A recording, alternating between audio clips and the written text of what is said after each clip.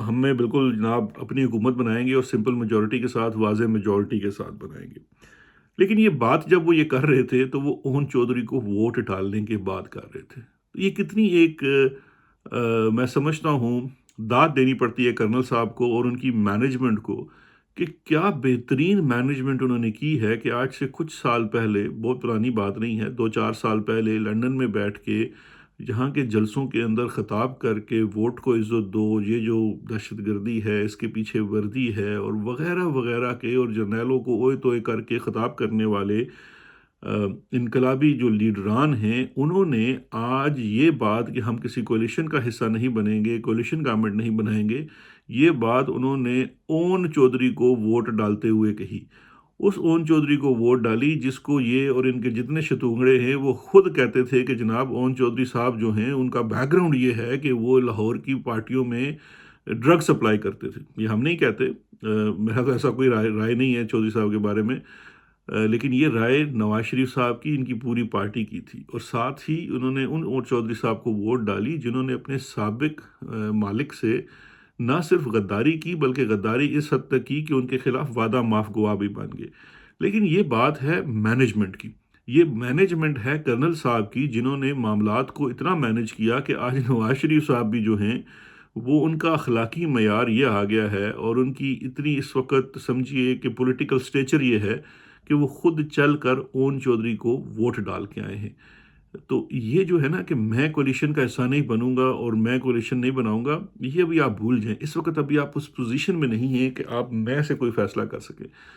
اس وقت آج کے بعد جو آج جو الیکشن کا رزلٹ آئے گا وہ وہی آنا ہے جو کرنل صاحب نے فیصلہ کیا ہے، انلیس اور انٹل پاکستان کی عوام جو ہے وہ عمران خان کی آواز پہ اس حد تک لبیک کہتے ہوئے نکلے اور آج 5 بجے تک اتنے ووٹ پول ہوں کہ کمپنی بہادر کی جتنی مینجمنٹ ہے وہ بقول شیر افضل مروت کے وڑ جائے. تو انلیس اور انٹل یہ نہ ہو تو پھر تو وہی ہوگا جو ان صاحب نے کیا.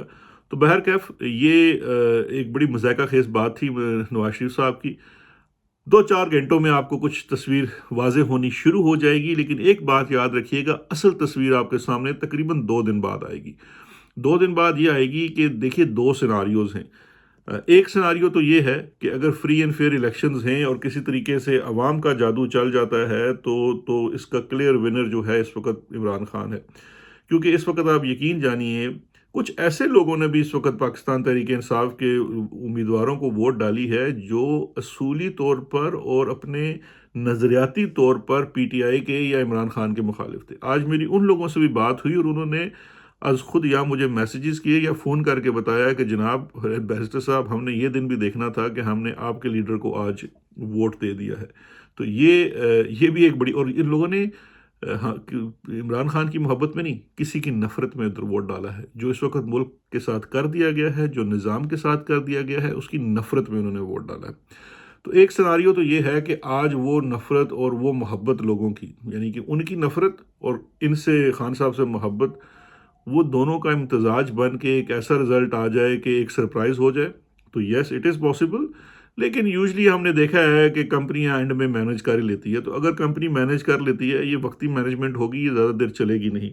تو اس مینجمنٹ کی صورت میں 2 صورتحال ہو سکتی ہیں کہ اگر تو کمپنی سچی ہے نواز شریف کے ساتھ تو ان کو دے گی سمپل میجورٹی، لیکن کمپنی اگر ٹرسٹ نہیں کرتی نواز شریف کو تو وہ سمپل میجورٹی نہیں دے گی، وہ نواز شریف کو کولیشن میں ہی لے کے آئے گی. بات یہاں پیدا ہوتی ہے کہ کیا نواز شریف اس ٹریپ میں پھنسے گا یا نہیں پھنسے گا.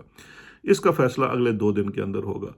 تو جڑے رہیے گا. آج کا ویلاگ بڑا مختصر تھا، ٹو دا پوائنٹ تھا. اس کی وجہ یہ تھی کہ آج کے روز باقی چیزوں پہ بھی نظر رکھتے ہیں اور آپ سے گائے بگائے بات کرتے رہیں گے. آخر میں ایک تو سبسکرائب کیجئے گا اور دوسرا آج ہمارا ایک آرٹیکل بھی چھپا ہے، مڈل ایسٹرن آئے ایک اخبار ہے یہاں کا، اس کے اندر وہ الیکشن کے اوپر کامنٹری ہے، کتنے ریگڈ الیکشنز ہیں اور خان صاحب کے ساتھ ابھی تک جو بیتی ہے اس کی اصل وجہ کیا ہے.